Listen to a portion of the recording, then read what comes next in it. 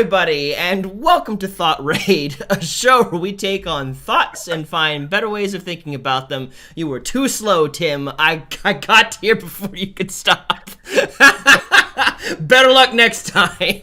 Anyways, I'm Brandon Brown, owner of United Gamers Nations and a lay counselor, and with me today is the wonderful Tim DeNock of Break the Meta. And you know, the best part is that we're both LLCs now. Hey. Yes, so I'm excited about that. The Thought Raid has got their stuff into the state of North Carolina. We are an official company. We just have a few more steps we need to finish and we will be like completely up to speed. So I am super excited about that. But welcome, everybody. Today is Get Naked Monday, where we metaphorically get naked and talk about things that are going on in our personal lives and how we're working through them. But this week has been a particularly good week for me. So I'm not really processing any kind of dark or hard things right now. I'm just kind of got life figured out. Yeah, that's it. I have life figured out. Let's just be real, everyone. I've reached perfection. No. No, I've not That's reached all I see when I look at you, Brandon. Oh, Tim, please. Go on. Anyways. Speaking of perfection, you like my little cactuses? Yes. I did not take a full look into them. You pointed them out, and they do indeed look nice. You know, and I think all my life I underestimated thrift shopping. This thing was $1. Ooh, that's nice. Yeah, man. Mega thrift is the way to go. My plan is like there's gonna come a point in my near future where I'm just gonna get with someone with really good fashion sense and go to Mega Thrift and go to Plato's Closet and go to different places and just get at least 100 shirts. There's something like that, because if you've seen me now for the past year, I have worn mostly the same stuff over and over and over and over again. So like it used to not matter because I used to work at the walking company and we had a uniform, and so you would always see me wearing the walking company uniform. Like that was a whole season of my life. But now I don't, and so I have no excuse to be wearing the same clothing all the time. So 100 shirts is exaggerated, but to the degree, a good portion of them to clean out my closet and come up with a new style and kind of like mix and match. What? You know, like I'm just thinking about our topic today, how to turn a dream into reality. And, you know, I've been through so many seasons in my life where I've wanted to make a huge change. And it's like one of the telltale factors that make me think to myself, oh, I'm actually doing this is how I dress, you know? Because I remember when I was in high school and shortly thereafter, I wore like band shirts, and you know how during our adolescent years it was really popular to wear the long sleeve shirt under the t-shirt, and it was always like some kind of graphic tee, like an anime shirt or something. I think so. And then and then you know, going into adulthood, I was like, okay, I need to step it up. So I started buying express shirts, you know, the button downs and the nice leather shoes. And then I got into business. I was like, I have to look like an adult. You know, and now I've kind of taken a step back from that, and it's like I just want to be comfy, but at the same time, I don't want to look like I'm homeless. You know? Yeah, I that's kind of where I'm at right now. I want to be comfortable, but not look like I'm homeless and wear the same thing all the time. So, and the problem is the reason why I haven't done that yet is because most of my finances go into like rent, and then it goes into like things related to the stream or games, things of that nature, not exactly clothes. So that needs to change. I need to go through a reinvent myself clothing phase. Great, let's do this. I've got a on-the-go camera. We should film it and let everybody see the process. Okay. Well, that would be interesting. Sure. I'm willing to do that. Those of you viewers who are watching, if you would like to donate $100 to the Get Brandon to Look Funky fund, That would be a great segment. Like, what can you do with $100? What kind of new wardrobe can you get with $100? Just go to places where you can get the most for your money, and just take some Mhm. time and just find things like, why is this here? This doesn't belong here. This belongs in my closet. Excuse me. Yeah, it's always weird trying on clothes in those places because you look at some of the people who go there, not judging because I also go there and I probably look like one of those people sometimes, but it's like, especially bathing suits or shorts and stuff, it's like somebody's downstairs mix up has been in these pants before. It's like, That is ugh. true. That is true. But But I yet, guess that's the same at department stores too. But yet it feels less. Well, that is also true, actually. But yet it feels less weird than putting on someone else's pants that they presently own. For me, though, like, I can put on someone else that they've worn all this time and then donated, but then you try to give me your own pants, and I'm like, I don't know about this. I don't know where the disconnect is in my head. Maybe because it's not presently in your house and I've never seen it on your body, and it's on some other rack in a store, then it just, my mind's like, yeah, this makes sense. Yeah. Well, Eric showed up to our house. I'm sorry, no, he showed up at Bad Daddy's the other night wearing those pants that I gave him, and it felt so meta, 'cause I remember how my legs felt in those pants, which is a weird thing to say, looking at another man wearing my pants. Um, but anyways, I don't want to take away from the whole conversation. Well, I know it's interesting. We rarely have conversations of this nature, anyways, on Thought Rays, so I'm enjoying this personally. But, anyways, the main topic today is taking your dreams and making them a reality.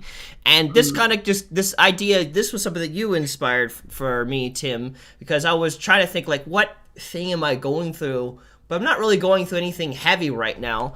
But I am still going through things that we've never really talked about that I've kind of learned, and that is just the years of which I've spent time taking something that came to my mind and, like, actually making it a thing rather than just letting it stick up there.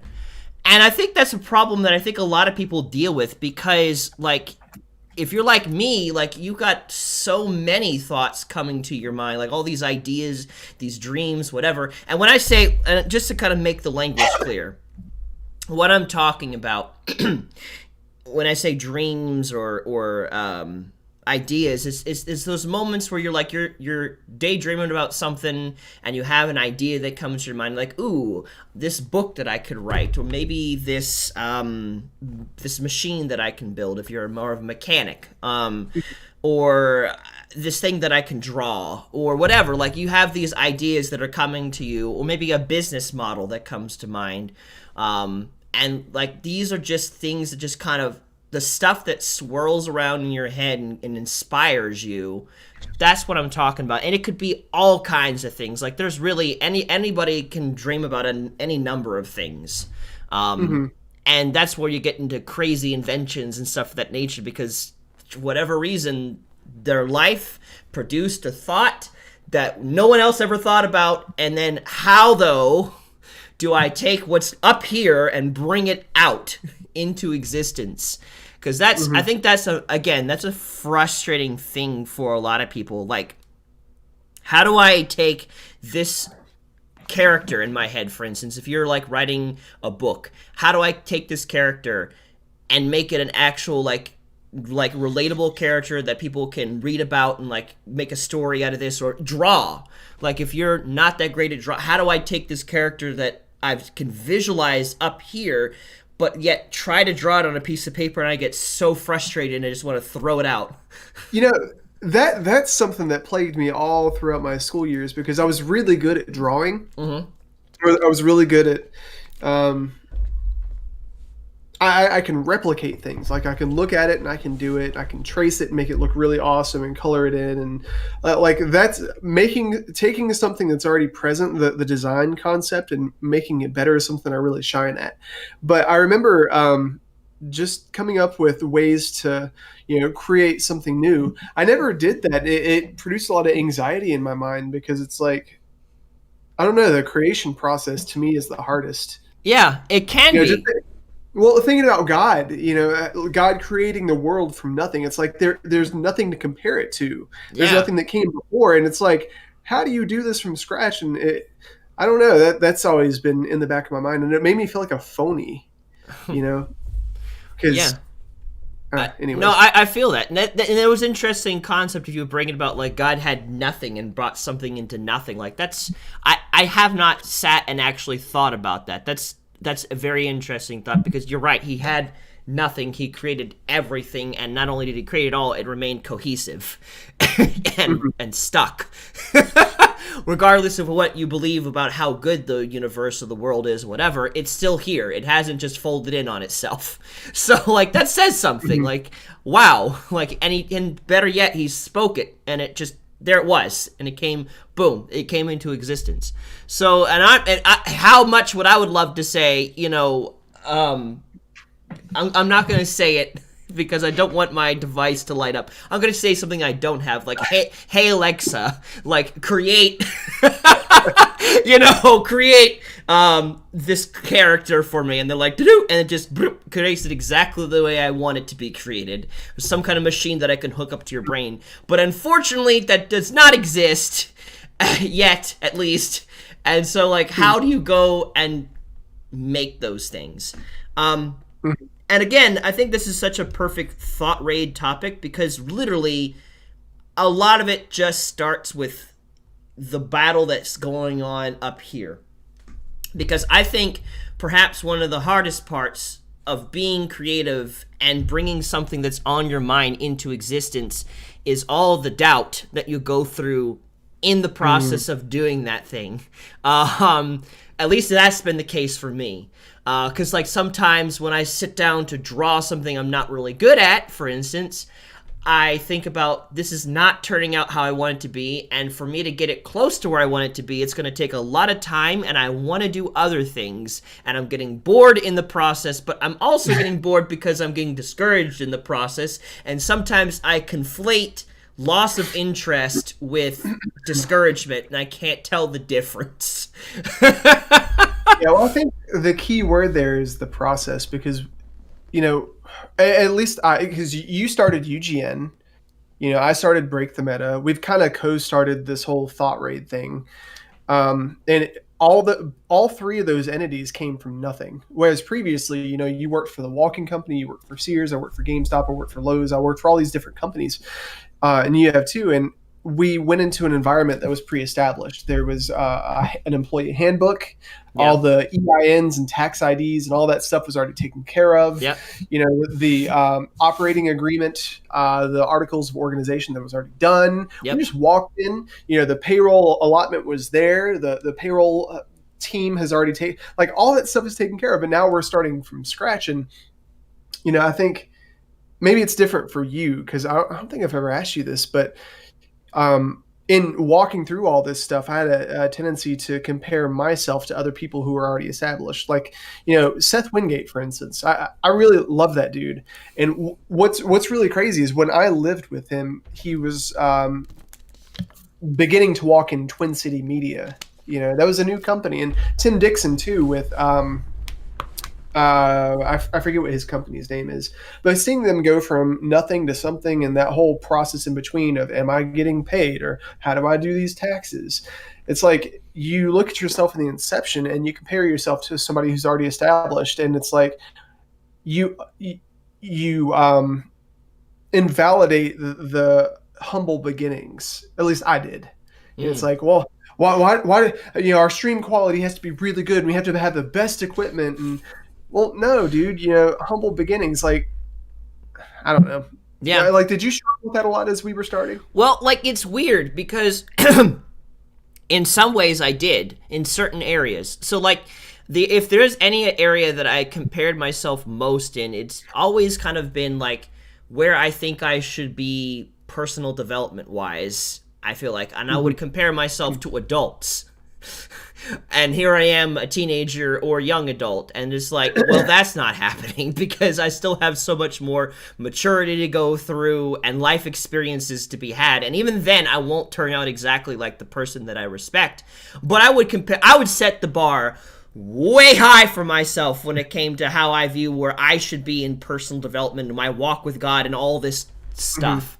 When it came to creative areas, it depended. I think I definitely compared myself creatively when it came to drawing to other people, because, and also with comedy, because I grew up around some very creative and very funny people, and it was overwhelming, like how creative and how hilarious they were. Like I remember, there was like I grew up with Tara and Tori Lancaster. I remember that. We went to Agape, and those girls are hilarious. I love their sense of humor, and they're also very creative. Like their creativity is through the roof in certain ways, and so I got involved in PJ's what's it called, improv group. And I would see how they had an improv group. They did at Agape. They had they had an improv group at Agape, and I got involved in that stuff. But I never felt like I could live up to them because that's just anything that I thought of, like this pales in comparison to their ability to make other people laugh. And so humor wise and drawing wise, I viewed myself as less than, and I would get discouraged with that for sure. And it wasn't until a teacher whose name was Ms. Robbins in middle school that taught me that I could actually draw, for one. At that time, she didn't really teach me how to draw people, but she taught me how to draw objects and to shade them. And I was like, oh, wow, I can do this. And I realized this is not as hard as I was thinking that it was. And so my skill cap increased because my confidence also increased. And I think that really says something about the creative process. Like, you got to really start with how you view yourself when it comes to being creative. If you view yourself as incapable or less than, that is how far you will go. Like, regardless of your potential, that's where you're gonna stop. And I think that's like one of the first and major hurdles is, can I do this? And if you can get into a place where you can believe that you can do it, that's the start. And there's a whole process that goes from that place, but you at least believe, for the love of God, that you are capable of doing something. Because go ahead. Sorry, I just want to interject because I think that's a valid point. In my talks with people, that is huge. That's a big thing, but it's different for me because it's never been a process in my mind of, can I do it? Like, I remember growing up, my mom and dad always told me, there's nothing you can't do. I remember there was this lady, we were at Kmart or something, and my mom always told me the story of how this lady was just talking with my mom, and she looked at me and she said, this kid can do anything he wants. He's got a lot of potential. And my mom kept speaking that over my life. I just remember that now, And so I've never thought, I can't do this. But I have thought, do I actually want to do this? Because there's so much, like the just commitment, man. There's so much I can't do. And if I do something, I'm going to do it really well. And in order for me to do it really well, it's going to take up a lot of my time and my resources and my thought life. It's like, what one thing is great enough for me to commit to? Yeah. So for me, it was different. It wasn't a matter of, can I do it? It's a matter of, I can do it, but what's worth me doing? Well, I feel like that's the next step. As you become more confident, now you need to look and see, do I want to do this? Because I also, as I began to realize that I can go do things, I began to go through a phase of I have so many things that I can do that I'm getting overwhelmed with all the things that I can do. Because, I think, for the average, I don't know, this is not scientific fact. I have not statistically researched this. However, I do believe that there's probably a handful to many young adults and teenagers that go through the phase of, you're capable, you're the young person full of potential and whatever, and you've got a bright future ahead of you. And if you believe that could be very anxious making, because it's like, okay, well, what can I do? What should I do? If I can do all things, what do I do with my life? And that could be its own, like you're talking about, what do I do? Because I could do this well, I could do that well, I could do this well. And you only have so much time. And then you kind of get into the place of okay, here's all the things that I can do, but what's most important to me? Because there's going to be some things that you excel in more than others. And as a community owner, I've had some people that have come to me, and that's the issue that they have, is that they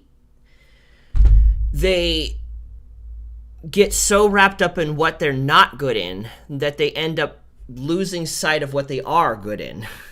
So then their overall level of confidence again shrinks because they keep focusing on the areas that they're not good in, that they will get better at because they believe they can do it, and they can, but then you lose this area that you're really good in. So like, for instance, I am a jack of many, like all trades. I could do many things pretty well. I can learn them. I can draw, I can write, I can sing, I can run a business. I can. Wow, Brandon's really proud of himself. I could do all these things.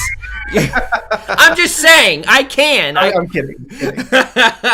But there are some things that I'm just naturally good at more than others. Like I'm pretty good at talking and helping people process through things because I myself have a lot of things that I process through, and for whatever reason, I have the ability to generally understand what I'm feeling, why I'm feeling it, and come to an answer on that pretty quickly. Like, that's just, I don't have to spend a lot of time wondering, why do I feel like this? I don't know. And then I just shove away the thought of, no. It's taken me 28 years to be comfortable shelving something for later because I have other things I need to press on. Like, that's just how it's been. I've gotten answers to my problems within minutes, not years, most of the time. So I'm really good at that. And I'm really good at running a community. Like I have UGN, which I talk about at the very beginning. I've been running UGN now for 8 years, and it's still growing. And it's a very strong, deep, and rich community that's helped a lot of people through a lot of insecurities, suicidal thoughts, and other types of dark things, while all at the same time enjoying video games together.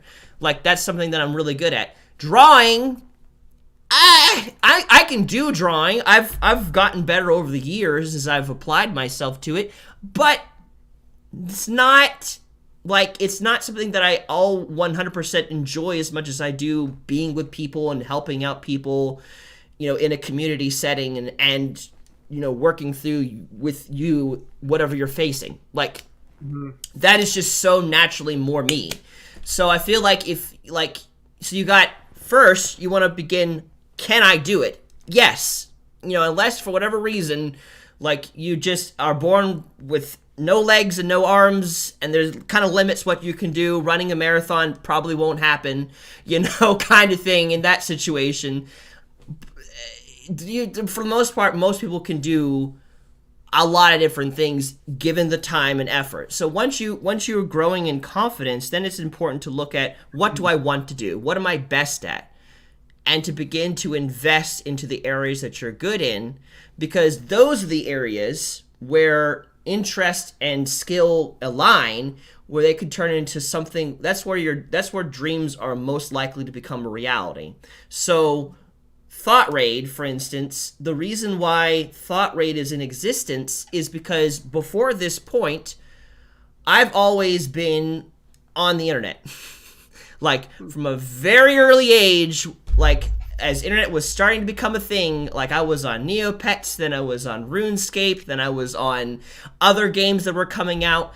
And every time you tell me you played Neopets, it just makes me chuckle. It was a whole thing for a time. Like, that was the game. Like, let me tell you, like, you could. Wasn't that like a Tamagotchi? Let me look this up real quick. I don't know how to describe it. You had like different creatures that you raised. It kind of had that because you had to feed the thing, but then you could also paint the thing too, and it changed its look and appearance, and that was like the cool thing about it. It's like, ooh, I have this pet, and I can train this pet, and I also can change how the pet looks with these magical brushes.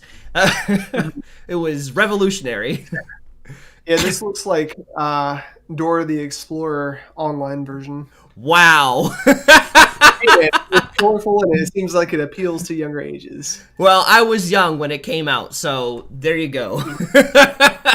But So I was on those things, and by the time I got to one of the bigger games and online gaming communities started to become a thing, I immediately got involved. Especially when I found that there was a Christian gaming server, which was called Iron Sharpens Iron, ISI. And that was a Battlefield gaming community. They use a online voice thing called Ventrilo. Hello. And I loved it because you got to imagine I'm an only child, and I was behind the curve when it came to social stuff. And I love video games, and the video game community just welcomed me right in. So I was a part of that community for 2 years. I'm mad. Yes, I'm mad you laugh. What? So that happened, and then from there that inspired me to start my own communities with Second Life, City of Heroes. I started the Imperial Enforcers in Second Life, which was all based around Star Wars, and then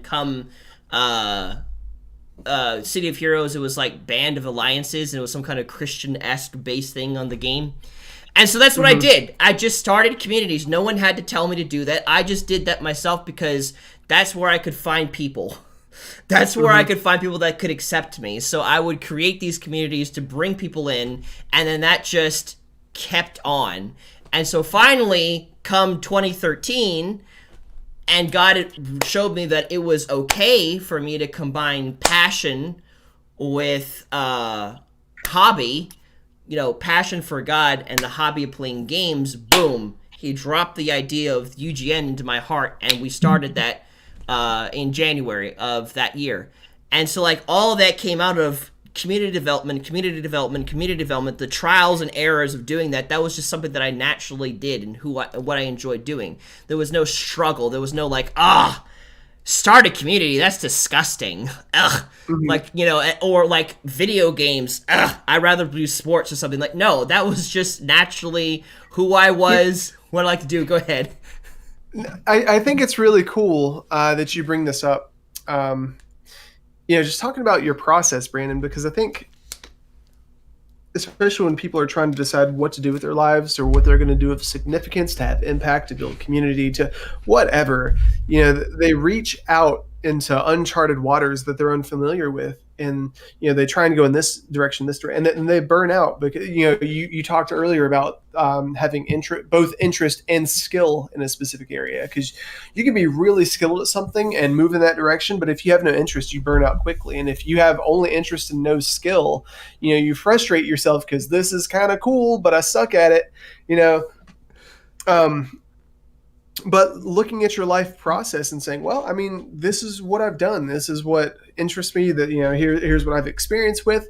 I'm going to work with what I've got. I think God is really intent on doing that too. We always talk about how God doesn't pluck you out of your circumstances. He works with you in your circumstances, you know?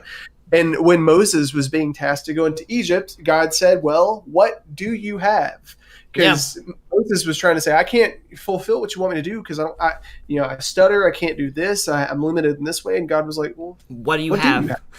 Yeah. And I have think a that's stick. So and if Moses can free an entire nation with a freaking stick, what can you do with the lot that you've been given? Right. It's just such a crazy, awesome perspective, Brandon. I'm really glad that you brought that up. Yeah, because that's the thing. I think another aspect that goes into making your dreams a reality is you can't live someone else's dream.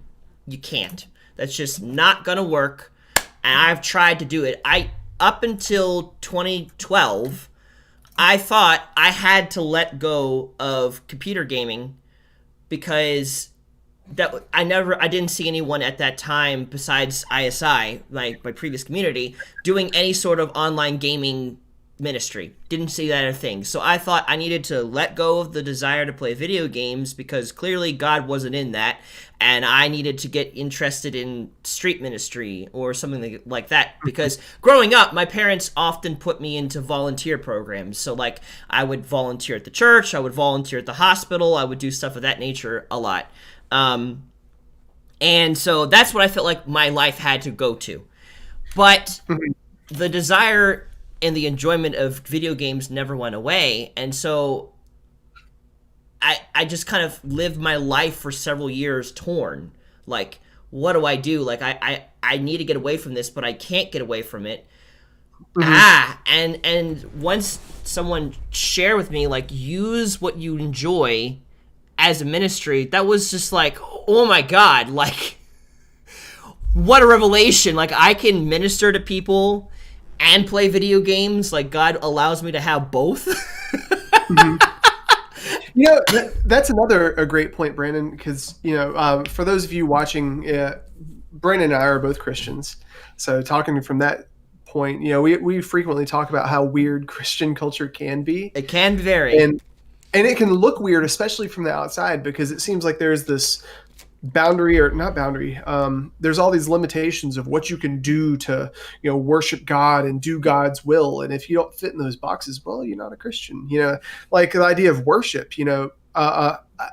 My notion coming into Christianity of worship was, okay, well, if I'm going to worship God, I have to, raise my hands and sway back and forth awkwardly among a sea of people in church, and sing and play music.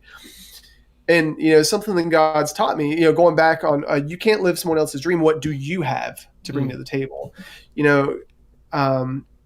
God really moves in me through doing things for people or buying people gifts, and, just like laying down and just appreciating all the stuff that God's made. That's worship too. It's like, what do I have? My ability is to be present and see what God has done or doing, that's my lot in life. That's what I've been given. But when I compare that to somebody else's, like if I compare myself to David Ollinger, who is praise Jesus, and his vocal cords are golden, he's really good on the guitar. If I compare myself to him and think, okay, well, I can only qualify my worship as a Christian by how good I am at singing and stuff, I'm never going to be as good as him because, right. Well, first, I don't have as much interest. I don't have as much skill. Also, it's just not something I'm naturally inclined to, but yeah. That's it. Yeah, no, everyone is different. And I don't think God wants us to just throw out who he made us to be. Like, if there is an area in your life that is not downright sinful, like, and because like I feel like people, they know when they're doing things that are not good. Like, you don't have to tell them. Like sometimes they may not know, and so like it's important at least to, just in case, make them aware. But in general, I think most people kind of know when they're doing things that are not good. So unless it's not that, like, it's very likely that that's just how God made you to be, and he has a way of utilizing that for good. And I think that's the important thing. I think a lot of times we end up demonizing the very area that will allow us to live out our dreams because it doesn't fit the mold of what other people are doing or what is most acceptable in society. And I think it's really important to look, if you're a Christian, to take some time to look, does the Bible specifically say that this is wrong? Because if it doesn't, it's probably not wrong. Like, there's nowhere in the Bible that says watching television or playing games or sports or having a garden or whatever litany of things you could do is a sin. Like, so like, why do we feel obligated to try to fit ourselves into some arbitrary mold and ignore that part of yourself? And then it turns into something that convicts you and then destroys the inspiration that you have on the inside of you, or makes you feel frustrated and lifeless on the inside. You've converted me, I swear. So, I don't know, it's just, I feel like that's an important thing. So, believe that you can do it. That's really important. Like, if you don't think you can do it, you're not going to put in the effort necessary to do the thing. Like, it's just, why try when I'm going to fail anyways, is the mentality that comes out of that. Then, do I want to do it? Because, like, there are some areas that you're going to be really good at, and there's some areas that you're going to have interest but not be so good at. And so you definitely want to capitalize and not be ashamed to capitalize in the areas that you're already good in. Like, don't just because like I really want to come against what's it called? What's it called? Oh, not invader syndrome. What the heck is it called? It's imposter syndrome. Imposter. Yeah. Yeah, like just because you're good at it does not mean it's a fluke or that like, oh, you're just cheating. Like it doesn't matter the process of which you take to be good at what you're good at. You just are. And that's okay. And I think it's really important to work and increase and build your muscle in that area, because if you are really good in an area, then all the areas you're not at becomes an option to explore and to get better in, instead of I have to be good in these areas and so then I don't want to do them when I fail, and then I don't do them, and now I'm doing absolutely nothing because I'm ignoring what I'm good at, and I'm putting all my stock in what I'm not good at. Yeah, touching on what you just said and also what Alexandria said, Restore Me, she said, honestly, I know this is off topic. I feel a lot better knowing I can talk to God and that he accepts me for how I am and doesn't judge me for the bad choices I made. That's a really good point. If you don't know who Jesus is, and if you don't acknowledge God for who he is, if you're not a Christian, if you're atheist, agnostic, whatever, that there's a lot of pressure for that, because, you operate your life based on standards that you accept as your worldview. And a lot of times, if you don't have a loving God in your life or don't acknowledge that, knowing, well, there is grace for who I am, there's grace for where I've been, there's grace for where I'm going. The only thing at hand is, well, there's this pass or fail model that I learned in school and that the world accepts. Like, am I a good person? Am I a bad person? Well, I've done things that say I'm a bad person, so I must be a bad person. Because if you don't have God, there's no grace, or if you don't have Jesus, there's no grace. But it's so hard to keep up with those expectations. That's why you see so many people who have made it, they buckle and crumble, they commit suicide, they do stupid things because they don't have any, once again, good standards to live by or a reason, like impact, and just rereading this, honestly, I know this is off topic. I feel a lot better knowing I can talk to God and that he accepts me for how I am and doesn't judge me for the bad choices I made. When I was doing judo, my judo instructor said, well, I asked him, how did you get so good at what you're doing? He's been doing it for years. He said, well, I didn't focus on everything. I focused on one thing and got really good at it. And he was like, honestly, the only difference between you and me is I've been thrown more time in judo. It's all about throwing. And he said, I've been thrown to the ground more times than you've actually sparred with somebody, And I think that's really interesting. God doesn't want you to go through something perfectly. He's all about the process. He's not about the result. He cares where you're going, but that's not the goal. The goal is like, okay, what's in your heart right now? What are you going through? Are you living in your identity or aren't you? That's really all it is.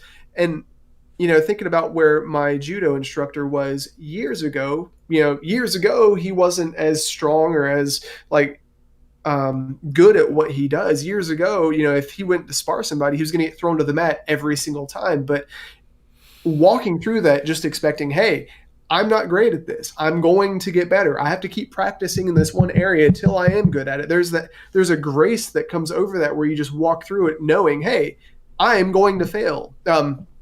John Maxwell, Dr. John whatever. John Maxwell wrote a fantastic book that I want to recommend called Failing Forward. And it's been one of the most life-changing books in my life because I want to say through age 25 or so, I felt really bad about myself because I thought that my value as a person hinged on me succeeding. But I read that and he kept talking about, and he's a Christian author, so a lot of it talks about God's heart when it comes to failure. A lot of God's heart for you is being open to failure, because the Bible says, in your weakness, I am made strong. And God wants to show you how much he cares through, protecting you and guiding you and building you up in your weakness. but especially in the Christian community, there's a lot of stigma around people who get it wrong and fail, especially when it comes to things like divorces or partaking in pornography or just whatever. But God doesn't turn his back on you when you fail. That's Right. when he is most present in your life. Yeah. Yeah. And and the thing is, when you've got Jesus in your life, he views you on a consistent basis, like who you were meant to be. Like, regardless of the mistakes you make, you are still viewed the same. And it's much higher than you think it is. Like, and it's just interesting. And like, I think the whole process of being a Christian is, am I willing to believe what God says about me? Because he will see things in you that you will not see in yourself. And the only difference I feel like is do I choose to believe this, or do I choose to just perpetually doubt it and never live up to that? Because it's like, I honestly, Tim, I feel like I am where I am and I'm not saying, and what I'm about to say is not like if you do this, all of your problems will disappear and you'll just no. But I honestly do believe that a large portion of where I'm at is because I've just chosen over the years to believe what people have said that are positive, and to believe what God says over me, rather than to believe the lies in my life. And there are still plenty of areas that I still don't have the right perspective on, and I'm working on getting that proper perspective and have ways to go. But I do know that there are just key areas of my life that I am no longer struggling in, because I've now permanently begun seeing myself in a different light and choosing to believe that I am valuable, choosing to believe that God accepts me, choosing to believe these things. And because of that, it has opened the door for me to grow up to that place and become that. So I think that's really important. Stormy is saying, Brandon converted me. He told me that I should talk to God when I'm in a bad place. God has honestly kept me sane and kept me on the right track. And I stopped doing that stuff that ruined my life or reputation. I tried to make my dream of being this really pretty singer my reality. Well, let's say that didn't work. I screwed up big time, messed up so many relationships because of that. Another topic, convert void next. I feel that. But, it's... Can I say something on that real quick? Oh, go ahead, please. Just real quick, Stormy. I think I don't think it's within Brandon's capacity, and it's not even in anybody's capacity, to convert somebody to having a relationship with Jesus. I think you can live your life by example, and the only reason I bring this up is because you're talking about void. Because I've gone through life in other endeavors thinking that I can change people's minds, thinking that I can get them to think a certain way, do a certain thing, if I was just good enough.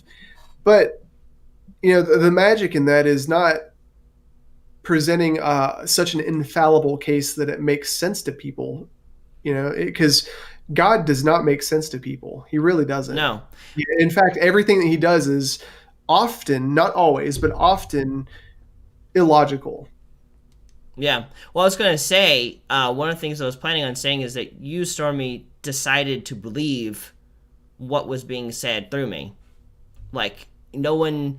I didn't, there was times where I was persistent about certain things, but like at the end of the day, you had the ability to just ignore what I had to say, what God was saying through me. So really, like, Jesus saved you. Send him dink me into it wasn't you. I'm working towards that direction. I'm trying to like just naturally walk into that, but like, I don't know. But anyways, but yeah, so choosing to believe that you could do it, deciding upon, what areas do you want to focus on, and allowing yourself to really like capitalize and grow in the areas that you're good in, to build confidence to do things you're not good in, rather than it turning into a must and then just kind of crumbling because you keep failing in this area, but you've not you're not growing in the area that you also succeed in. So it's just like I've seen the imbalance. Like it's really important to have what you're good at in addition to growing in areas you're not good in.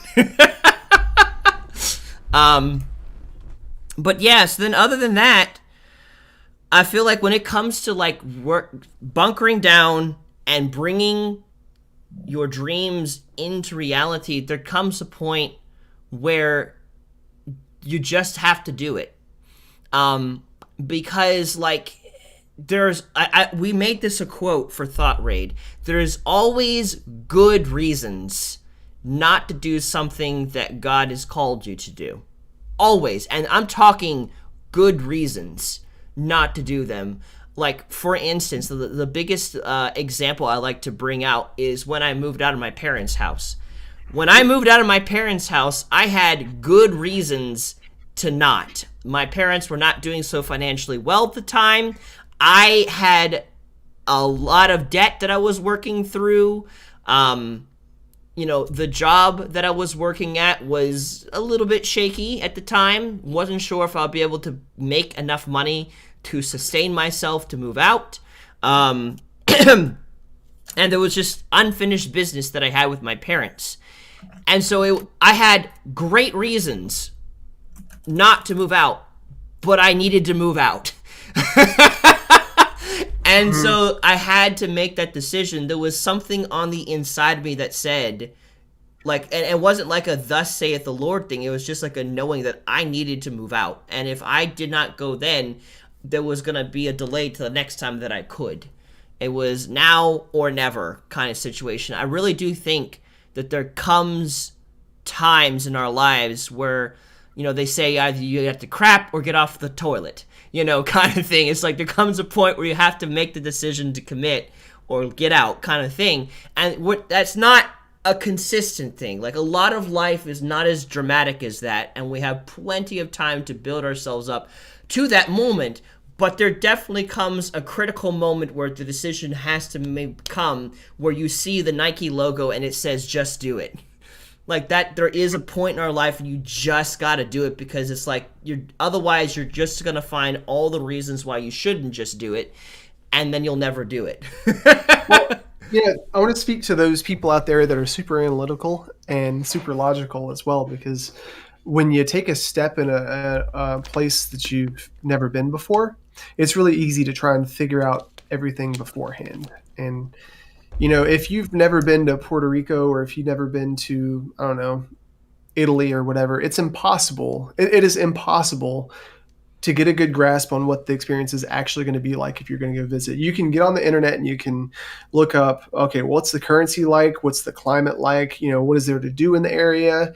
How many people speak English? Like you can rationalize and you can get a good idea of what it's like. But until you actually do it, there's absolutely no way you can make allowances for every variable out there. Yeah. Because, before I left GameStop, my position was, okay, I'm making decent money. I'm really good at what I do. It's easy. I'm actually able to talk to people, have a platform, whatever. But I knew 3 years ago now that God wanted me to move away from there and start a business, right?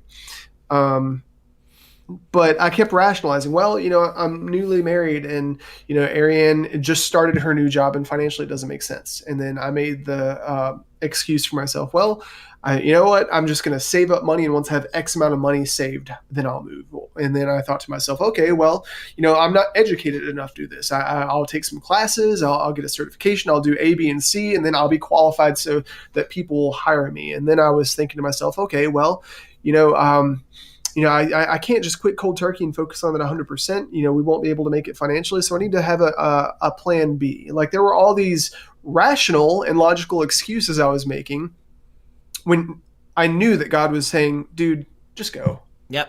And the weird thing is when I made the decision to go, none of that stuff mattered. In fact, God's been showing me last year that he often calls the unqualified. Yep. We've not had any financial distress whatsoever. And It's been crazy because we've been living off of just her income, and it's like we've been living more abundantly than ever, And now I'm at a place where I do have paying clients because that started earlier this year, but it's crazy. If I hadn't taken that step, God would have never been able.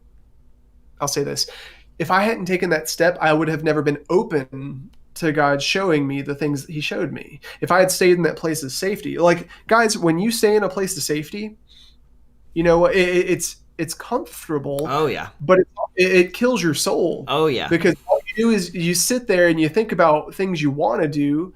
Meanwhile, you're slowly getting older. Meanwhile, everybody around you is slowly progressing, or at least it looks that way through social media.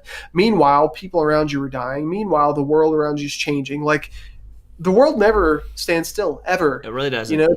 The only thing that stands still is your perspective sometimes.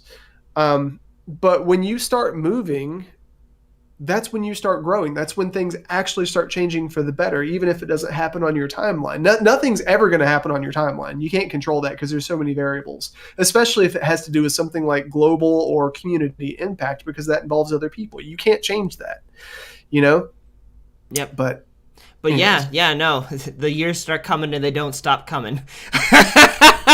And while and that doesn't mean that you should live your life in fear, though. Like my temptation from that point to know that time keeps going is to worry, like, am I behind the curve?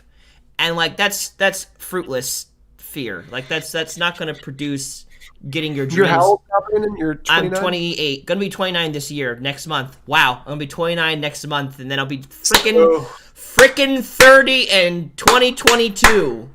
Yes. What? So you know what that means, right? What? 4 years behind the curve when it comes to getting married, having kids, White House picket fence, that job with 401k. Brandon, you need to catch up. Oh my God! It's not helpful thinking. That's just kick that thinking out. Stop thinking about how old you are. Oh, Stormy, he's totally a boomer. That's why he's so upset about this Wall Street thing right now. Oh my God, I'm not even caring about the Wall Street thing. God. Anyways. But no, that's unhelpful thinking. Like, you don't focus on be aware of it enough to know that life does keep moving, but not so much that you end up becoming incapacitated worrying about, I need to get this done before this time frame. Like, it should only be enough of a fire to get you moving in the first place. After that, it will consume you. That's what I've kind of learned. Because honestly, we all develop at different paces. And so you don't judge yourself based off of where someone else currently is. Just look at where you're currently at, and am I doing all that I know that I am capable of doing right now? And if the answer is yes, you're fine. If the answer is no, then look into how can I get these things done? What's it going to take to motivate me to do these things that I can do and that I want to do and that, I believe that I can do. Because it's like, again, going back to dreams, once you believe that you can do it, and now you've been able to process down to, do I want to do it? Then looking into, am I doing what is necessary to make this particular dream a reality? And judge yourself based off of yourself, not off of other people, I guess you could say. Yeah. And guys, with that, back when I was in Amway, they used to do this thing where you go to a conference and the big night that you were looking for, or that everybody looked forward to, was like a Saturday night or something, and all the big wigs, all the people who have made it, and I'm not talking bad about Amway. They did good stuff, and I'm glad people are making money. I'm glad people are prospering, and it's for a specific group of people. I got a lot of good stuff from it, so I'm not whatever. But anyways, the Saturday nights, they would parade all the people who have made it, and they had their nice gowns on, their nice tuxedos, and they would get up on stage and they would just talk about their lives, and there would be so much awe, and you would look at them, and well, at least I would look at them, and I'd be way up in the bleachers in stuffy clothes that weren't me, just, barely hanging on financially, grasping onto whatever sense of identity I could find in this, comparing myself to them.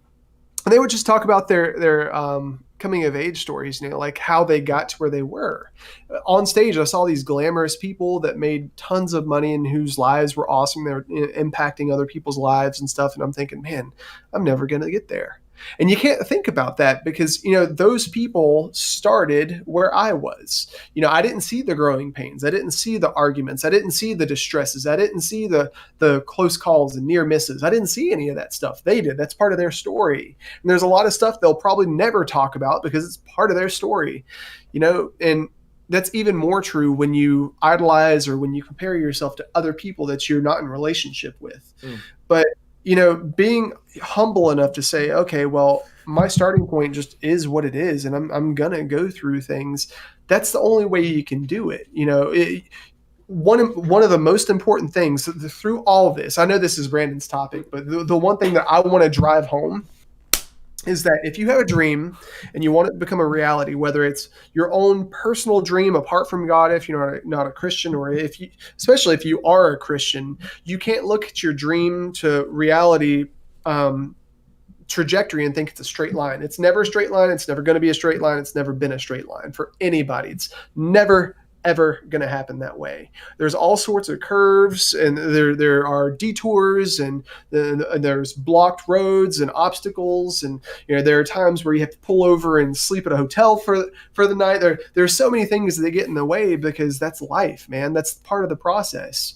Think about how since we talked about Moses, when Moses led Israel out, the Israelites out of Egypt, it wasn't a straight path. By all intents and that's not what I want to say. Basically, what should have happened was Moses goes to Pharaoh, says, hey, my God is an all-powerful God. He says, let my people go. Pharaoh should have said yes, and Israel should have come out of Egypt. Didn't happen that way. 7 different times he went and Pharaoh's heart was hardened and opposed God. 7, and this is God giving an edict to a man to say, go and do this, backing that man, and it didn't go smoothly. So why in God's name do we ever think, okay, well, this is my own thing? It's going to happen the way I expect. Yeah. And you got to also, it never really is. It really isn't. But you got to imagine also, like, you got to think about if you're pushing in an area, this is currently your area of inspiration and excitement and stuff, and it's not working. It's important to reflect, is this something that I really want to do? Or am I doing this because everyone else is doing it and they're making money off of it? Because that's another pitfall I've definitely seen people fall into. It's like they get to a desperate place where they put the making money part above the what they're good at part. So they'll have their gifts, strengths, and talents, and then they'll try to do this other thing. Their talents is. And then they'll try to do this other thing because it's making people a lot of money. And they do it for the sake of getting some of that money to go back and work on their dream. But, like, anytime you spend trying to do something simply to make money is time you're not spending on working towards your dream. And not to say, and I'm not trying to say that means you shouldn't work another job or something of that nature. No, because you have skills that you're good in.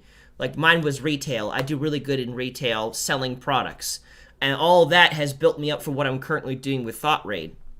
But trying to just go into a get-rich-quick thing like Amway so I can do my other dreams and stuff, unless that's something that is truly a passion of yours and you have the skill for it, it's not your savior. It's not doing these things are not going to guarantee that your other dreams are going to get the financial backing that they need. And it doesn't diminish that you have other dreams and stuff. Like, the best way, I really think, like, when it comes to, like, growing Thought Raid, which we're doing right now, I don't think by me focusing on something that would get me a lot of money fast so I can just fall back on that and do good in this area, like, just build this up, is going to work. Like, I've tried doing things, because my parents were into things, not like Amway, but like, Market America and other things like Melaleuca, stuff like that. We really tried to do really good at that, and that kind of came halfway close to my skills of selling a product, but it just didn't work. And so I feel like, it's you got to focus on what skills you have, and if you want to make money off it, put yourself out there. But I feel like it's in those areas that you're very skilled in and have the dream in and work in that area, that's where eventually you will see success and growth in it and being able to turn that into an actual business. I don't have for you a 12-step process on how to make something into reality. I'm still walking through my 12 steps. I don't know when the 12 steps will open up to a door where we have all the investors necessary to be what we're trying to get. I don't know what that looks like. I don't even know if I'll even write a book about it when we get there, honestly, because there's the world is so saturated with those books. It's ridiculous. Yeah. And it's just like... I think what Brandon is saying is the crux of all of this, making your dreams into a reality. Essentially, it's like, what is actually driving you? Is it the idea of a vocation? Is it the idea of finances? Is it the dream of just a dream? Like, like Stormy said, do I want to be a singer just because I want to be a singer? Is it something that you want to do just because it's like I'm not saying that her desire is selfish, but there are definitely reasons why I did Amway that were just for me. Right. But, the important thing to remember is that is not what drives you. That's not what's going to keep you in the game. What's going to keep you in the game is what your life has been purposed for. Now, there are arguments that God predestines people, and I think there are ways where God has an idea of where he wants people to go, but ultimately, we decide, okay, well, this is my purpose in life. And, our purpose is oftentimes tied to helping people in some way, impacting other people. We're not meant to do life by ourselves. Well, keep in mind, I think the way this applies is that we already know that God gives everyone a talent or talents, things that they're really good at. Like, I didn't choose necessarily like to be interested in computer gaming. Like, no one like forced me into being into computer gaming. I just legitimately didn't find sports interesting. I didn't enjoy the work that went into that at all. Feeling like I'm going to die. No, thank you. Just to play a game, So, like, I just naturally picked up computer gaming and really enjoyed it. That's just who I was. So, like, in a way, you could say that was predestined. Now, I had the decision to capitalize on that or not. And that's what I've decided to do, and to work with that, I could be resentful. Like, how dare you make me interested in computer gaming? Like, what are you thinking, God? I could have been better in sports or something. You should have given me more of an interest for football and the body to do something about that. But that's not my lot in life. I was not given a body that just naturally craves physical exertion 24/7. Like, I know some people have that. It's just, well, Yeah, I agree with that. But the point that I was making was that, you can't follow the process so much where it's like you're focused on the process. You have to be focused on your purpose. God will take you through the process. But like, if what you're doing hinges on what you're doing instead of why you're doing it, you're going to outgrow it. Like, your process is going to maintain everything. Like, in the past year, just in mine and Brandon's situation, our purpose is to show people that they have identity in God, that they are valuable, that they can do stuff with their lives. Their life does have meaning. Like, that's our purpose, and that's maintained our drive and maintained our ambitions even when we weren't making money, when things are tough, as things are tough, when people don't believe in us, when we get criticism. Even though that stuff comes, we know that the people that we're trying to help are so worth it beyond the circumstances. And I think that's a better way to put it. The process is more important than the circumstance. The purpose is more important than the vocation. Yeah. So just dreams, making dreams a reality. Believe that you can do it, because you have to. If you don't believe you can do it, you're not going to put the effort in necessary to do it. You might be able to be good in certain areas, and then there'll just be talents that kind of go unnoticed, but like, they could be so much better if you believe and choose to believe that you're not trash. Then, do I want to do it? Is this something that I really want to take the time to get good at? From there, take the time when you know what you're really good at and exceptionally good at, invest in that. Invest in your talents, because when you're good with your talents, you have the confidence to work in areas you're not talented in, and you can expand your worth in doing so. And when I say worth, and the minute I said that, I immediately punched myself metaphorically in the face, because you are valuable regardless. But there is just like it's regardless of how valuable, there's always room for growth.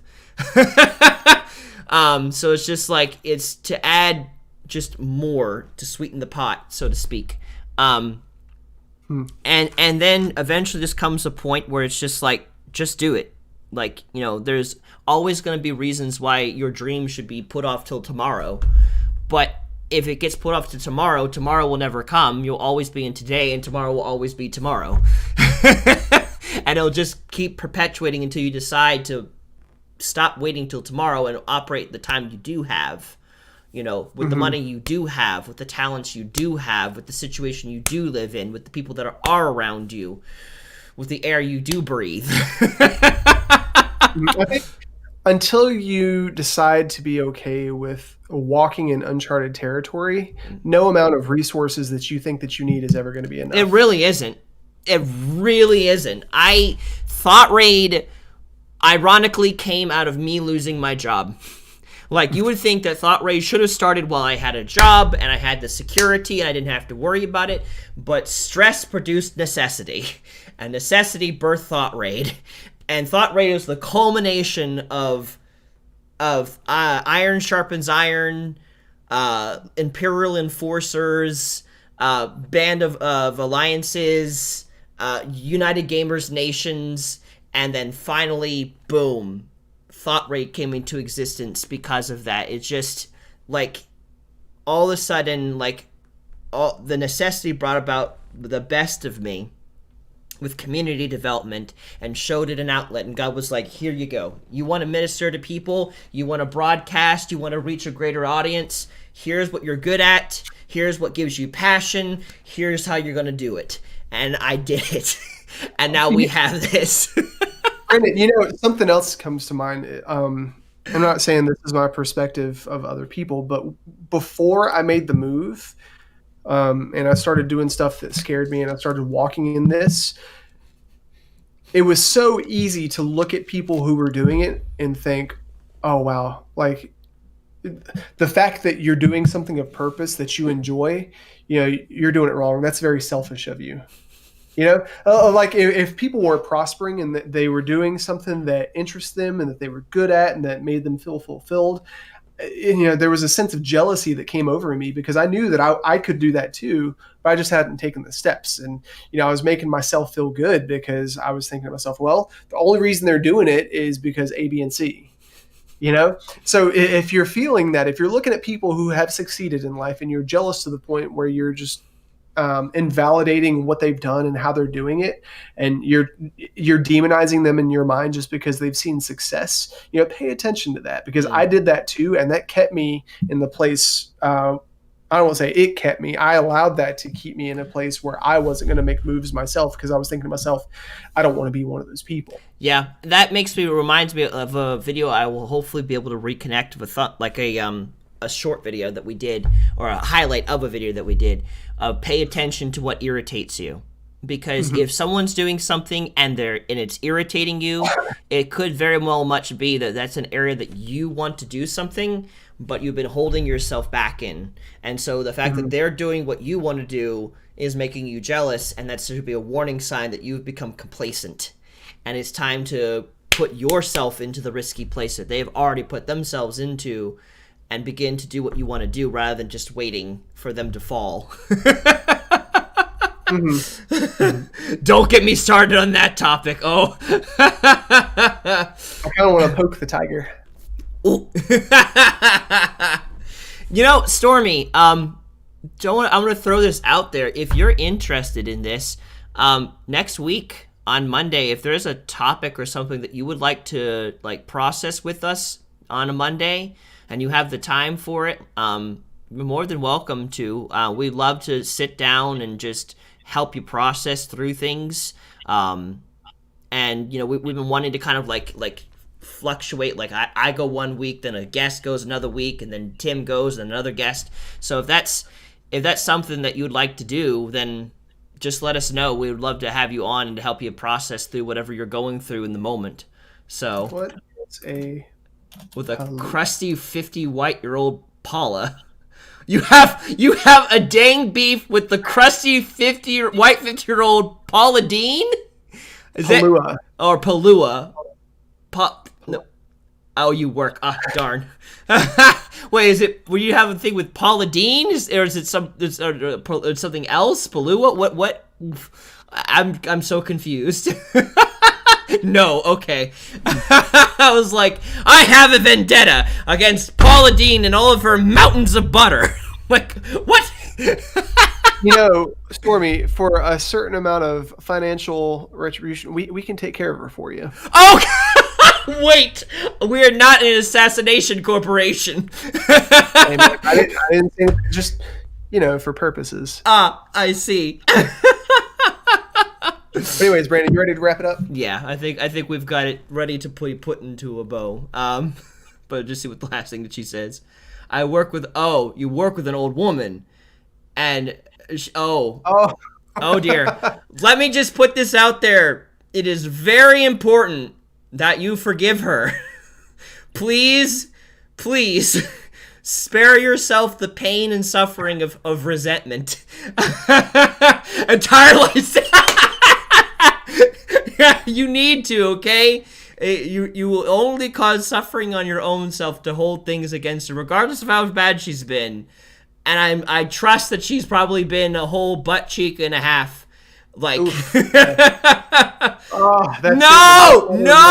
In your mind. Oh God, don't let her live rent. Yes, exactly. Don't let her live rent free in your mind, Stormy. It will just tear you up and steal your lunch and make your life unnecessarily miserable. Just trust me, I've had my own fair share of people who are they're just not good, and I have long forgiven them, and it is the most life-freeing thing. Wow. It is the most life-freeing thing to take resentment off of someone. It makes me not afraid of them. It gives power back into my own hands for my own life. It helps me set proper boundaries and everything. And that's the thing, Stormy. The thing about forgiving somebody is they receive nothing from it. It's all for you. Right. Yeah, like when you forgive somebody, it's not like saying, okay, well, this thing that you did to me and how I feel about it, I'm giving you heavenly, forgiveness and great. Like, that's true to some extent, but like Seth was saying, living rent free in your mind, it's like somebody's camping in your mind, taking up mental space and thought, and they're probably not even thinking about it. Right. They've got their own worries, they've got their own situations, and you're spending all your resources and focus and frustration and angst and whatever focusing on them. They probably don't even think about it. So it's costing you a lot more than it's costing them to not forgive them. Right. You know me, Brandon. I make her job harder than it needs to be.